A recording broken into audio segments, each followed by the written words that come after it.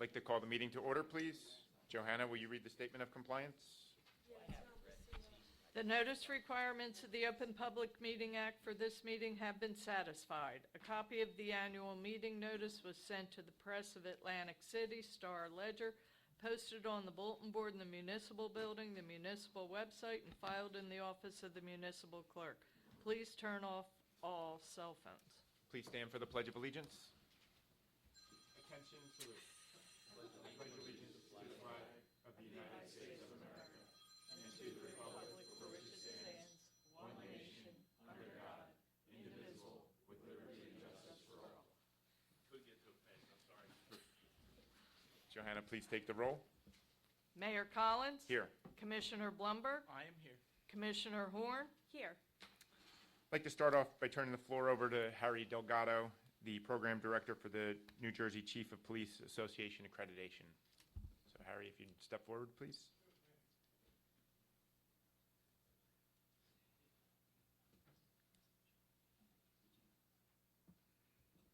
Would this be okay? Perfect. Thank you. Certainly appreciate it. My name is Harry Delgado. I am the Director of Accreditation Program for the New Jersey State Association of Chiefs of Police. And what brings me here today is really exemplary work. And I'll say that and I bring proof, actually. So the Margate Police Department has actually been accredited back in 2016 and re-accredited 3 times. So I want to share with you that out of initially the group that makes it once, about 54% of all the agencies. Mind you, I should make clear that bar none, that includes sheriff's officers, it includes college and university that have a law enforcement agency as well as prosecutor's office. So it's a pretty elite group to belong to. So with that said, about 54% make it once, 23%, 32% make it twice, 12% make it just another time. But in the case of the Margate City Police Department, they've had achieved their 30 reaccreditation, joining a very exclusive group of less than 8% of all the agencies in the state of New Jersey. So that's pretty remarkable. I think that's the context that I want to share with you. When I share, if you indulge me for 2 minutes, I'd like to share with you the significance of the achievement, other than the fact that they fall in less than 8% of the entire law enforcement community in the state of New Jersey. So the Margate City Police Department has once again made a commitment to adhere to best practices at the state and national level in a highly regarded statewide law enforcement accreditation program. This program, administered through the New Jersey State Association of Chiefs of Police and the New Jersey Law Enforcement Accreditation Commission, has helped to transparently demonstrate the professionalism, transparency, and preparedness of state law enforcement agencies and the state's public safety system. Now, during these uniquely challenging times and the threat to our health and safety, encouraging law enforcement agencies to follow standardized practices and policies is a potentially life-saving and cost-effective investment of time and resources. Accreditation status represents a significant professional achievement. This prestigious pre-accredited status, I say again, the third, demonstrates Chief Matthew Hankinson's first commitment to state and national standards and the continued expectations for quality, professional, and ethical policing. Accreditation provides objective evidence of an agency's commitment to excellence in leadership, resource management, and service delivery. Government officials can be more confident in the agency's ability to meet to operate efficiently, meet community needs. And offices in accredited agencies can take pride that they have been objectively recognized for their professionalism and adhering to the highest standards. In closing, I'd like to share with you that at the end of those 3 years in which they have to prove adherence to all the standards, there's an on-site assessment that we conduct in which sometimes we have issues that we have to resolve, certainly not in the case of the Margate Police Department, but there's a report that is generated. And out of the report, I'd like to paraphrase. Under Chief Matthew Hankinson's leadership, the Margate Police Department is committed to the community they serve, which is evidenced by their community policing efforts with events like a bag rodeo, LEAD program, and Fitness Day, among other great programs. Whether future issues deal with hiring challenges, changing population dynamics, or building infrastructure, this agency continues to assertively move forward with a history and commitment to following best practices with a preparedness plan and a verification of excellence. It's quite remarkable.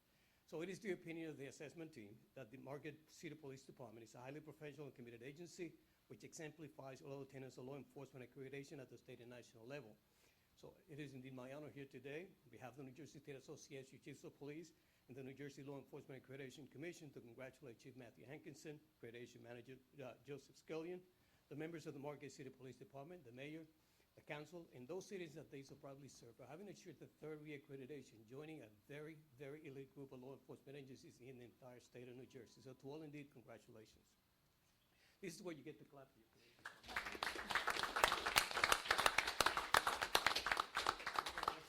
Chief with their third certificate of accreditation. Can we get a picture with the officers and yourself, please? Sure. Typically, my job here is done, but I'll try. Nope.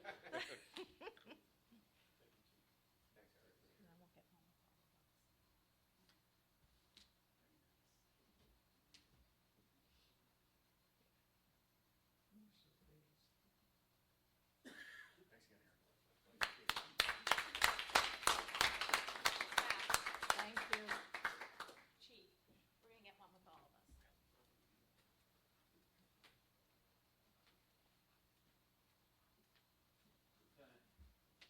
Lieutenant Scully.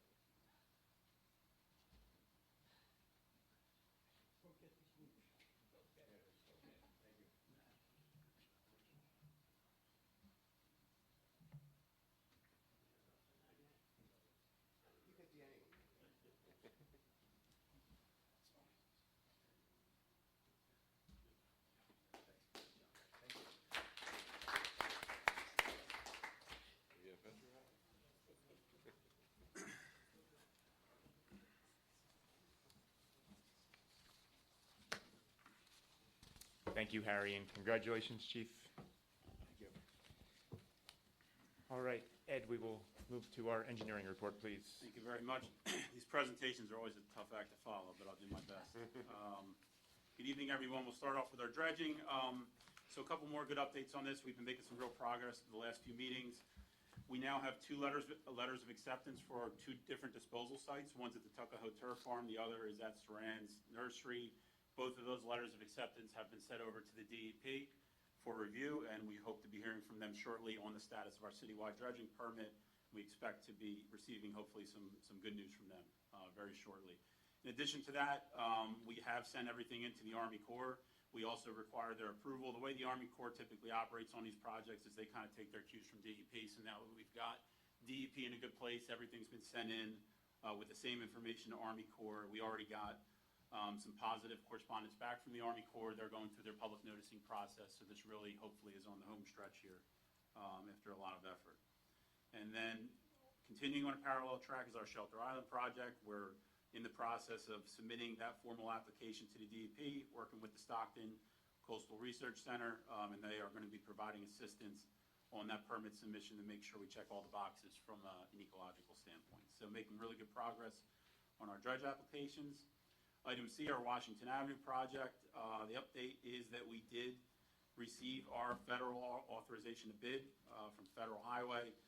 My report says that we were still waiting on DOT authorization, but right after we sent this out, we did get their authorization to proceed with advertisement. So that bid advertisement is being scheduled for the Washington Avenue Streetscape project. Item D is the Amherst Avenue Pump Station project. We've been working with the DEP Green Acres program for our diversion request. We've sent them all the information that they've requested, so the ball is in their court. And we've also sent in revised jurisdictional determination requests to DEP and Army Corps for the revised location, so we're just waiting to hear back from those agencies on what permits will be required, if any. On the new Public Works building, we'll be scheduling a meeting soon to go over some options on some value engineering with that building, and we'll be able to report back in more detail after we have that meeting. Item F is the Ventnor Avenue parking lot. We had submitted our site plan to the Atlantic County Engineer's Office. They came back with some comments, and we did address their comments and resubmit our plans. I know we have our temporary lot open down there, but this would be for our long-term improvement plan, so we're just waiting on the county to review our resubmission. Item G and H are both in design. That would be the Atlantic Avenue next phase, Huntington to Mansfield, as well as our 2025 road program. So those are in the engineering design phase. Item I is our ongoing stormwater MS4 compliance assistance. We're working with the Public Works Department on that. Item J, CRS, really no update there. We won't have our recertification until sometime next year, but we continue to work on that on an ongoing basis. That way, once the recertification comes around, we're in a good position. You can see our list of pending grant applications. No updates on those. Jumping down to our construction projects, just a couple projects left on the list for our maintenance inspections. We did go over to the library and we're working working through some items on the HVAC just to make sure we're covered before that maintenance bond is released. Few new projects added to our closeout list, which is good. It means those projects are complete. We're just really in final payment stage, and soon those will be fully closed out. Next couple projects are on pause for the summertime. That would be the 2023 road program. Actually, the Thurlow Avenue project, I should say, is finished, and we're just working on punch list there. But under the road program, we have a few roads that'll pick back up in the fall. Item Q is the 2024 curb and gutter program, which is also substantially complete. Just working on punch list there. Same goes for our walkway replacement project. We're in the punch list phase. Our restroom building, construction is in progress. The demolition of the old gas station on Bender Avenue is complete, and Exxon has removed their tanks, so this project will soon drop off the list. The Winchester Avenue 2024 project, we just had our pre-construction meeting on July 31st. Same for the 2024 road program, just had our pre-construction meeting on the 31st. And we also had our pre-construction meeting for the first phase of the lead service line replacement program.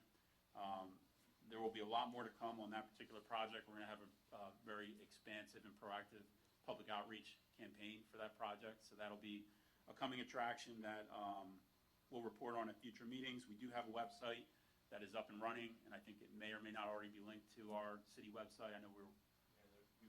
Yep, so that'll be available, and that website has a wealth of information on it. You can go on that website. It shows you how to check your own pipe material and upload photographs for us to review.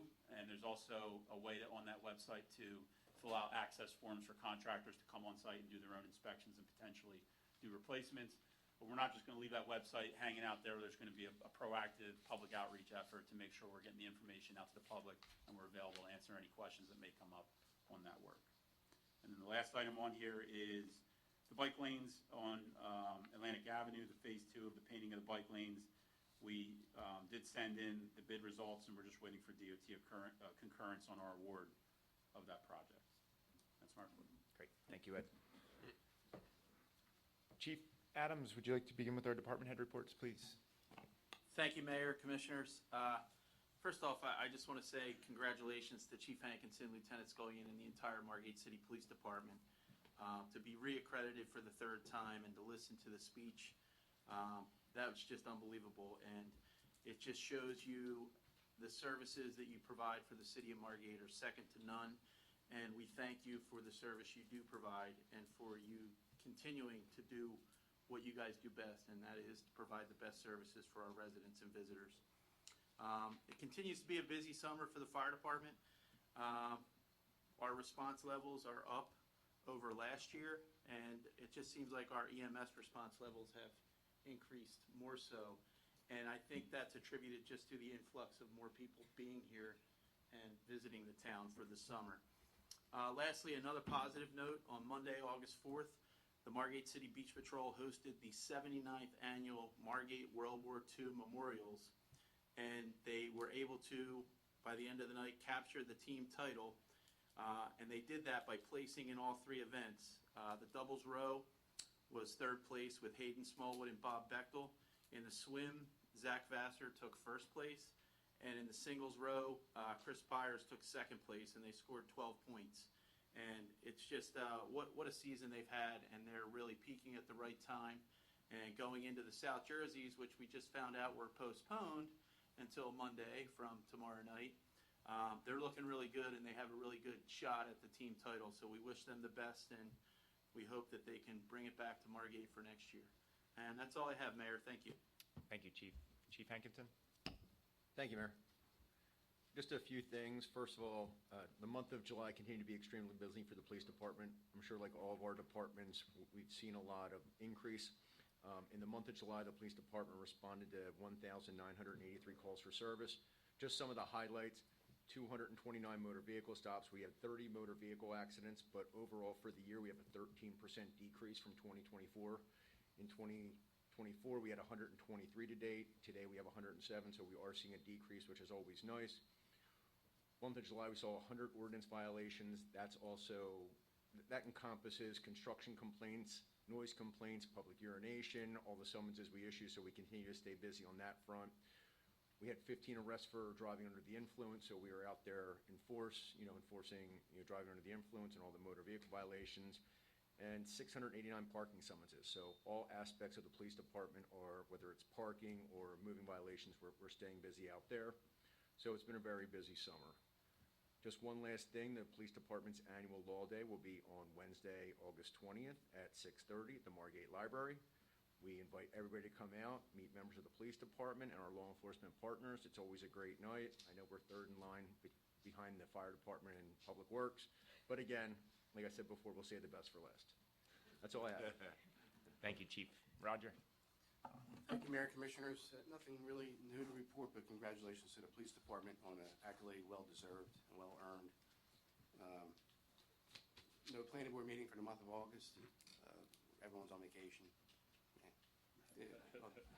Dan petitioned me, but it's all good. And we're still keeping busy. Things are slowing down a little bit in the planning board aspect, but the number of applications coming in still are pretty significant. Other than that, that's it. Thank you. Thank you. Palma? Hello. So since our last commission meeting, the building department has issued 49 construction permits and completed 272 inspections. We've been working closely with zoning, floodplain, and code enforcement to address property maintenance issues and help contractors stay on track with code compliance. This morning, I attended the New Jersey Coastal Coalition meeting. Margate's membership in this group helps support our CRS program, which plays a big role in keeping flood insurance discounts in place for our residents. And that's all I have for Great. tonight. Thank you. Pat? Thank you. Thank you, Mayor and Commissioners. Not much to report on, just, busy as usual in Public Works. Everything's starting to wind down. I can see just by the water usage, it seems like it's starting to slow down a little bit. That's all I got. I just want to thank everybody for coming out to our open house a few weeks ago. I had a really good turnout for our second annual one, so we'll do it again next year. So that's all I got. Thank you. Thank you. Scott? Be very brief. I'm happy to report, and I see John back there, that the Lucy Committee and Mayor, due to your efforts, we had the meeting with the Green Acres people and DEP. You cut through the red tape. They apparently have now agreed to allow a slight modification, and the Lucy project can go forward, which is a new gift shop building, and I believe ADA compliance. So it worked. We got a bureaucracy to change their mind to some degree. So thank you, and thank you again, John, and the committee members. You really, persevered, and we got that done. That's all I have. Thank you. Thank you, Scott. Pat? Good evening. There were a lot of personnel issues. Dealt with some of the projects with R&V, interviews for new hire for the tax office, negotiated some employment agreements. Again, congratulations to the PD for what they've done. Was able to see that the PD and Public Works did a good job this past couple weeks. They helped get that parking lot up and running. I don't mean to steal your thunder, but it's been very well received. It's parking lot's full just about every time I go by it. Had a meeting with our social media person, laid out expectations, and I'm going to be rolling with that. Thank you. Thank you, Pat. Johanna? At this point in time, the clerk's office is moving along. I just want to remind women who have changed their names with marriage that when they go out to DMV, they need a certified copy with a raised seal. A church copy doesn't amount to what they're looking for. So if you could make an appointment for that before you go out there, people are going out with the wrong certificate, and they're being sent over. So that's all I have to say today. Great, thank you. And as Pat said, special thanks to Police Department and Public Works for the work on the parking lot on Ventnor Avenue. Every time I drive by, it looks full. Getting lots of compliments from residents and businesses, so I appreciate all the hard work in getting that up and running quickly as a temporary solution for the summer. Finally, I just want to say congratulations and good luck to Margate's own Lexi Gormley. She competed in the World Rowing Championships in the under-19 junior women's 8 division this morning in the preliminaries in Lithuania. They got second place by less than half of a second. The finals will be Sunday morning, so I just want to wish them good luck. That's a great feat for one of our local residents. And with that, we will open up to public comment. If anyone has any comment on anything discussed in this meeting, please step forward to the microphone, state your name and address. My name is Dr. Gary Aslanian, and I've never been to one of these meetings. I do live on Washington Avenue, where the renovation project is under consideration. I noticed the engineer spoke about a pumping station at Amherst Avenue and dredging. Now, it only makes sense that that should be done before any renovation of Washington Avenue because of the flooding. Now, if that's out of order, I don't know what is in order. So I'd like to open the floor to that discussion.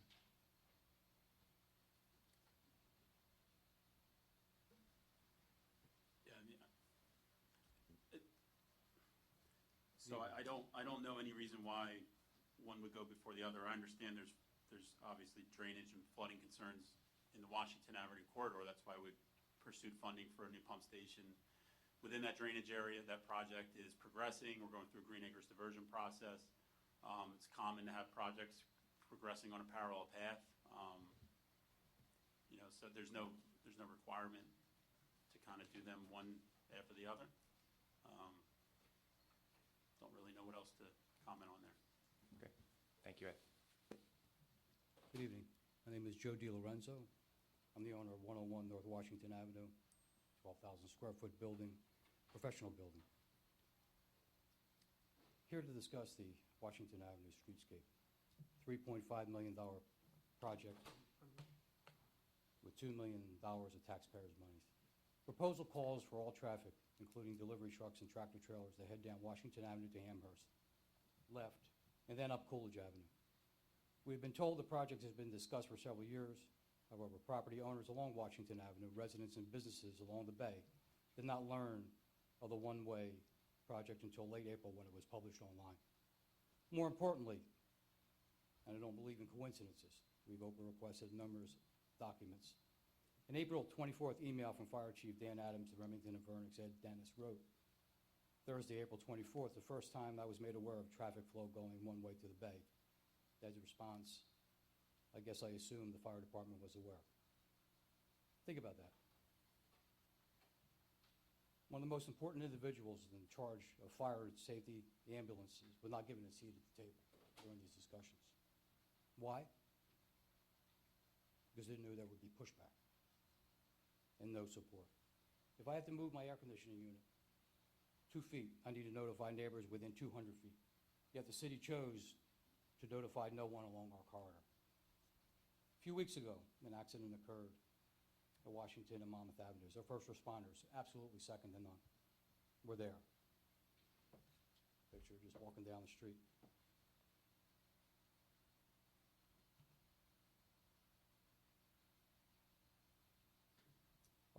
Are we sacrificing public safety for bicycle lanes and landscaping? We have to ask ourselves, who benefits from this project? Consider statistics. The average Wawa visits per year, 400,000. CVS Margate, I've confirmed, over 1,000 visits per day during the summertime. Small business owner, Elizabeth Aversa, 500 to 700 visits per day, and it goes on, each and every business. Along the bay, we now have approximately, when we met with the mayor, who was kind enough to meet with us, with Ed, we've estimated there's 1,500 seats along the bay. 1,500 seats, all thriving businesses. One-way traffic with one lane will take away the flow and create a logjam, in our opinion. It's happening now.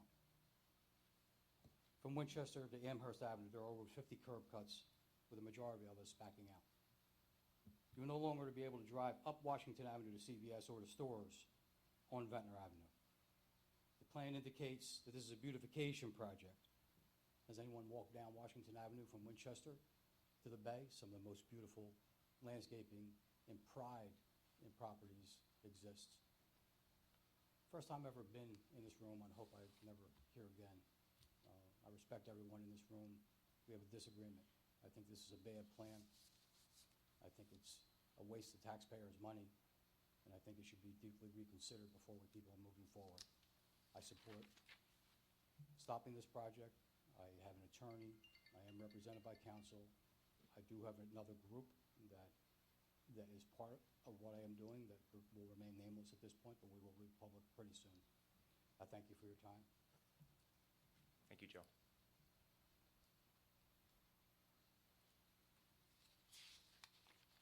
Joel Naroff, 223 North Washington. I want to continue the discussion. I'd like to pick up on what Gary said about timing of it. The reason for the timing of it, I think the mayor is aware, and I know the city civil engineer is aware, what we made them aware of at the meeting that was held with some of the residents and the property owners there, that the flooding kills the trees. If you walk down North Washington on the 200 block, you got stumps of trees, stunted trees. On the Longport side, you have no trees on the Ventnor side. And the request was that we don't have any trees. And that was uniformly requested by all of the stakeholders there, reflecting what was said there. While the mayor has said that there was input from the community, there was nobody who lives on Washington or has a business on Washington that was part of the advisory committee. Am I correct on that? You are incorrect. Okay, who was on that? Donna Franks, owner, and Yanni Colanos. Well, Donna Franks owns the art studio, and Yanni Colanos owns the corner, Ventnor and Washington. Ventnor one. There's none on the north side. So, well, just the first 100. So there was none in the most impacted area, which is, the area of Washington and Amherst. But so on the timing issue is, and what was raised at that point was that, with the flooding, it's what killed the trees on the north side, okay? And there's no reason to expect anything but that. Who is going to be responsible for taking care of the trees that you plant? That would be the city's responsibility. Okay? Because I know when I moved in, I was told I was responsible for the trees that were planted. Any of the trees that are part of the Plan. Well, the thing is, the reason I raised this issue at a meeting several months ago, the whole point about why I'm against it and most of the others, besides the fact that they're going to die, is the fact that it'll block our views of the bay. And I know they said, first there was the issue of what size they're going to grow to, and then I was told it was 50 feet. And that obviously showed there wasn't any concern about the impact on our views and our property values. And now I don't know what size the trees are going to grow to. But the simple fact is, we didn't buy houses on that block in order to look at trees. We bought houses to look at the bay, which we have a clear view at this particular point. So I'm requesting that you, at least on the 200 block, because nobody wants it on the 200 block of North Washington, that you don't put any trees up. Okay? And the other aspect in terms of, that would also reduce the number of trees that you're going to have to replace fairly soon, because it looks like the pumping station is years away. So that's my point. Thank you. Thank you, Joel. Just a quick comment, Mayor. On the pumping station project, I just want everyone to be clear. It's a very exciting project. It's going to make a big difference, but it is not going to completely eliminate street flooding. We live on a barrier island. We're always going to have to deal with some level of street flooding. What that pump station will do is it will eliminate flooding on the smaller storms. On the larger storms, it will reduce the duration of flooding, but unfortunately, when you live on an island, you're not, unless you do something extreme, you're never going to eliminate all of the street flooding. So we will have to deal with that over time.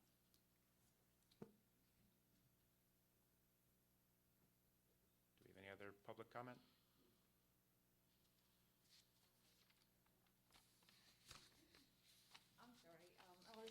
Larissa, from Larissa's Bakery. I've been here 16 years, and I'm so proud to be part of the community and to be a business owner here. Like, I couldn't be more happier. Everybody so far been so welcoming and accommodating, but I think the one-way really affects my business. It's the traffic pattern, and I don't know if anybody like been here like from 5 in the morning till 6 o'clock at night, Thursday, Friday, Saturday, Sunday, Monday. It's just so much going on. And for my customers, like, if you go straight down and you cannot find parking spot or you cannot get to my place, try to make a turn and go through Adams. Adams is already so backed up, so that will be even more. Try to get out of Adams to Ventnor, it's like impossible. You sit there and sit there and sit there. And like, I know this because I do several deliveries a day. I go there all day long. It's just not convenient for my business at all, and I think for the traffic. And the Amherst already is so backed up. The trucks, deliveries, I don't know, I just feel like it's gonna affect my business. So I will appreciate if we can revise that. Thank you, Elizabeth. Mike, before we close, if I might, most of the people that I talk to about this project still don't know about this project. So again, I think we should do something to better educate the entire public. I don't know if it's a phone blast or a mailing that we are considering making Washington Avenue one way. The second thing that I would like to ask Ed is, and again, for the people that do know about it, the major concern is related to us making this street one way. It's a giant change for people that have lived here and drive here their whole lives, and a giant change for people that have just moved here. My question is for Ed, could we do a portion of this project and not make the street one way? Is there a possibility that the project, that we could use some of the federal money that we have to do a traditional streetscape, if you will, and not make the streets one way? Maybe consider or look at, alternate side of the street parking maybe. I'm just speaking that at some point in time, so you could ride a bike, maybe you could do something like that. But the one way seems to be a major objection for most everybody that I talk to. Right. So the project just generally includes several elements. It obviously includes a streetscape, so beautification. It includes utility work. It includes a new bike lane.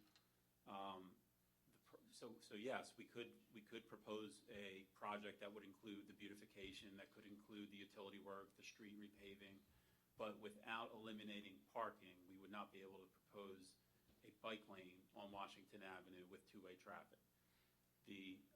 This plan was devised before we applied for the grant. However, it was submitted as part of the grant application. So if we were to revise the project to a two-way project, we may lose the federal grant. We may or may not lose the state grant. The state grant was more tied towards the curb ramps and things like that. But the federal grant was a competitive grant that was based on improving, pedestrian safety, bicycle safety, those types of items. So I couldn't tell you what would or wouldn't happen, but there are elements of the project that could be constructed with two-way traffic. We could not have an on-street bike lane with two-way traffic without eliminating a parking lane. So, and I think it's important to note here that, this plan was created and developed by the previous administration, of which Commissioner Blumberg was a part of, and it always was one way. So it was always a one-way street. Whether it went ocean to bay, bay to ocean, that was to be determined throughout the process and Ed's engineering design. But it was always a one-way street. We are not in a... I disagree with that, Mike. If so, I was sleeping when that was discussed. I wouldn't be surprised if that was the honest. case. So So the reality is that, you know, in these cases, obviously, safety is a number one priority. The functionality of the street, obviously, important part of this. I think I give a lot of credit to Ed Dennis and Remington and Vernick, because I believe they took this plan. They had an idea which was, again, developed many years ago. They presented it among small committee groups and made changes based on the feedback they got. When we came and presented in public here, more people were educated, more concerns, more questions. Ed took that feedback, had many meetings, one of which I was a part of, but many that he took on his own with various residents and business owners, and made adaptations again in order to answer the concerns. And I think what we have now is a much better plan than we originally had. And again, I give Ed 100% of the credit for that and taking the feedback and running with that. And, you know, I think as Ed and I walked out of the last meeting we had, I think we both agreed. We said, it's a good plan. We took into consideration all of the concerns. Is it going to make everybody happy? No. I mean, nothing we do makes everybody happy. There's always somebody on one side and somebody on the other for every decision we make. This is, again, about safety, and I think we made the changes that are necessary to answer as many concerns as we could from the public.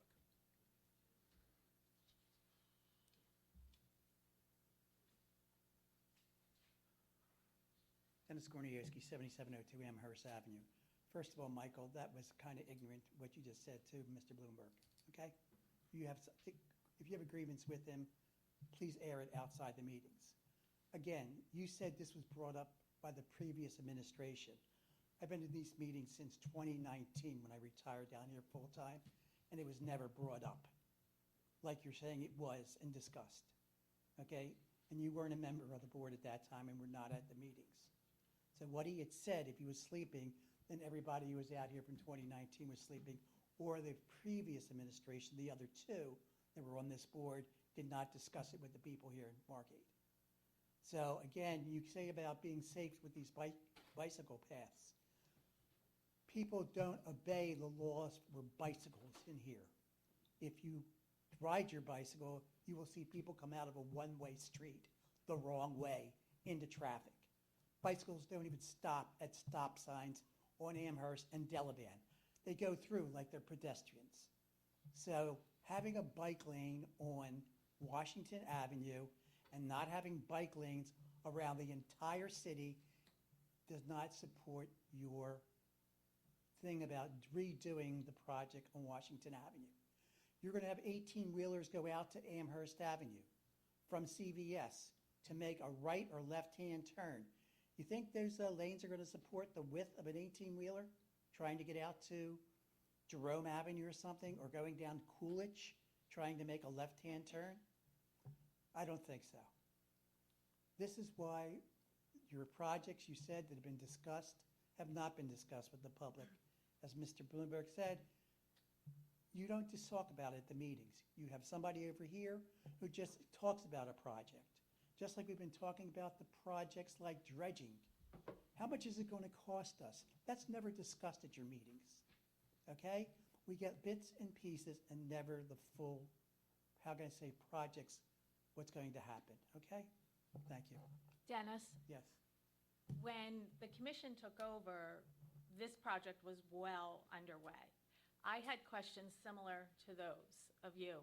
I asked to attend one of the meetings. I asked the same questions. Ed Dennis did address most of those questions. I left feeling pretty comfortable with what he said. One of the main questions at that meeting, well, I had two, but one was, can the fire trucks turn? And Ed, can you address that? You did studies or measurements? Yep. Yeah, so we do turning templates. We make sure we can make those turns. We also work with the fire department to make sure we have the right specifications on their trucks.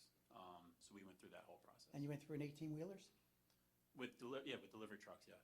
You went through it. So you're telling me that an 18-wheeler turning off of Washington onto Amherst is not going to have a problem making turn when people are in the summertime parked on both sides of the road. So 18-wheelers are not permitted to travel on Amherst Avenue from Washington to Jerome. So the path from Washington to Coolidge is the truck route. So that is what they are, So what they're they're gonna- supposed to But how are do. they going to get to Coolidge? They have to get to From Jerome to Washington. CVS. That is not a We're truck. talk- CVS gets Yep, 18. they go down to Amherst, make a left on Amherst to Coolidge. That is Right. permitted.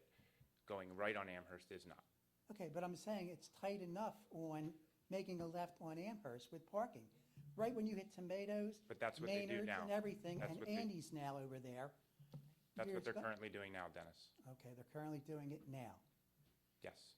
Okay. And I think, again, just for the public to I'm going to tell you understand. that you need to look at CVS because they're coming out of CVS and making a right out there to get back onto, Maybe their Ventnor trucks, but I'm Avenue. saying other delivery trucks are turning, but they're not Turning. 18-wheelers, Michael. they are. Okay. So, and again, I think a lot of emphasis is on these bike lanes. This is about pedestrian traffic as well. There's bump outs at the intersections. I don't know if you have the exact dimension of how much the bump outs are and what the, I think they're 24 feet in between the bump outs, so it's a shorter crosswalk. Yeah. Right. and they are going to be at grade at the intersection Yes. Monmouth Yep. in order to facilitate. For the trucks to get around. Yes. So again, pedestrian safety, huge concern here. And as far as emergency vehicles, this new design is better than what we currently have for emergency vehicles to move down Washington Avenue. How's it going to be better when you have parking on both sides and you have bike lanes on both sides? It's going to narrow the Because street. you have a one-way street. It's one way, but you're going to narrow the street. No, the street's not narrow. It's not. No. You're going to take 2 lanes now and make it 1. Right, you have the same. Okay? You have And the you're putting bike lanes in. Right, so you have the One same. bike lane. You have the same width from parked car to parked car. Right now, you have 2 lanes of vehicular traffic. With the project, you'll have 1 lane of vehicular traffic and a bike lane. So you have more free space. Believe it when we see it. How's that? Just like with project on Amherst Avenue when you did it a couple of years ago. Thank you. Thank you, Dennis. Excuse me, I have one more question. If we are doing the bike lanes for safety reasons, I'd like to know how unsafe it's been. How many injuries, how many deaths Excuse between me, may I have Washington your name, and... please? Can you I please gave state your my name again for the before, record? But that's okay. Dr. Gary Aslanian. Okay. I'm a resident of the area. So my question is, how unsafe is it between Ventnor and Amherst?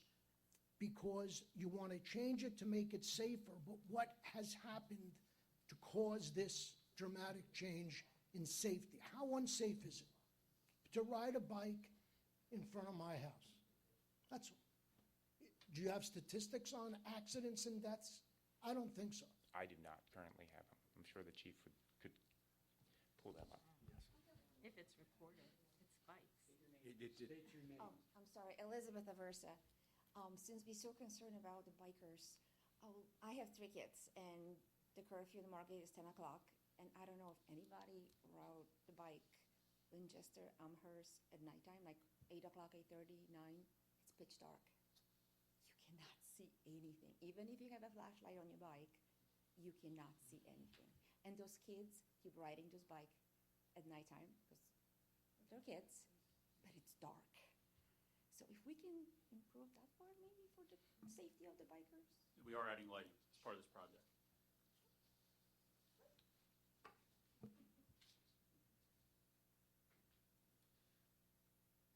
Hi, my name's Tom Ritz. I'm at 206 North Washington.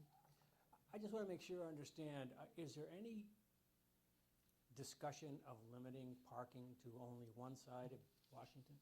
That was on the table before with 2 bike lanes, and now somebody mentioned alternate street parking. What specifically is going to happen with respect to the parking down there? Are you going to have it on both sides of the street, or is there some plan that nobody knows about where you're going to take away half the parking? You can't park down there now. You guys, you built the new restaurants, and I don't have to tell you what's going on down there. If you take away half the parking, right now I can't back out of my driveway without real concern about hitting something or someone. and now you're gonna put a bike lane. Which side is the bike lane on? Is it left side, The right? Ventnor side. The Ventnor side. The Ventnor side. You know, it's very difficult, and now you have the delivery trucks, and the delivery trucks are gonna be parking in the bike lane. What else are they gonna do? You can't get into Tomatoes with a delivery truck unless you park it. There's no parking on the street. There's parking on the street, so the delivery trucks are out into the bike lane. So the bike lane's not gonna be usable a significant amount of time because it's gonna be delivery trucks or trash trucks. So the level of safety that you're bringing in with the bike lane, I personally don't have anything against the bike lane as long as it works. I just don't wanna see you cut the parking, which is impossible. And the bike lane, when you get down to the end of that street, the bike lane's gonna be unusable, folks. It just is. I sit on my porch in 206 and watch those trucks. Right now, with a two-lane street, you get people that wanna turn into Tomatoes parking lot. They hold up a lane. They got to back up with a single-lane street, trying to get even into that parking lot. If you make it one-way going towards the beach, where are they going to be? They're going to be around the corner just trying to get into the parking lot. It's going to be a very difficult situation, not as easy as everybody thinks. But all I'm really concerned about is you don't want to take away any of the parking on that street. If you do it, we're out of business down there. And I think the bike lane's going to have problems simply because of delivery trucks. So, thanks. Thank you. So just to clarify, we're not eliminating parking on either side of the street, and the one-way will be towards the bay, not towards the beach. And when you have a stop truck, right now, people ride their bikes on that street now, right? So right now, when you have a stop truck, you have a stop truck, a bike, and 2 lanes of traffic heading in opposite directions that have to get around that truck. In the new scenario, you'll have a stop truck, a bike, and 1 lane of traffic heading in the same direction. Joel Naroff, 223 North Washington. Have you gone over there during the day and seen all the trucks double parked at this particular point? I'm right across the street, okay, from Tomatoes. Every day there are trucks double parked. In a 1-lane road, that'll shut the road down. You can't change that if you have parking on both sides. Because unless you have them coming at 3 in the morning, which I don't think any of us would appreciate it who lives there, you're going to have the trucks double parking. And these are the big trucks. The person who was asking about the 18, these are huge trucks. They're not bringing, with all the seats that are there in the restaurants, these are big, big trucks at this particular point.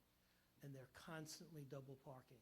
So unless you stop them from double parking, you're going to be shutting the road down. And it happens all day, not all the time, but periodically during the entire day. We have trucks double parked in the afternoon as well as the morning.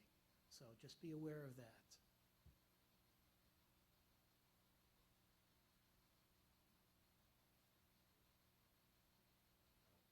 Good evening. My name is Jeff Kurtzman. I'm a resident at 414 North Mansfield and a tenant at 101 North Washington. I've listened to the conversation, and it begs the question, what is ugly about Washington Avenue that requires beautification, and what is broken about Washington Avenue that requires a change in the traffic pattern? I would submit to everybody on the panel that the answer is nothing. That Washington Avenue is not broken, doesn't require change. The existing flow of traffic works, and it's not going to work better by converting the street to a single direction. Thank you. Thank you, Jeff.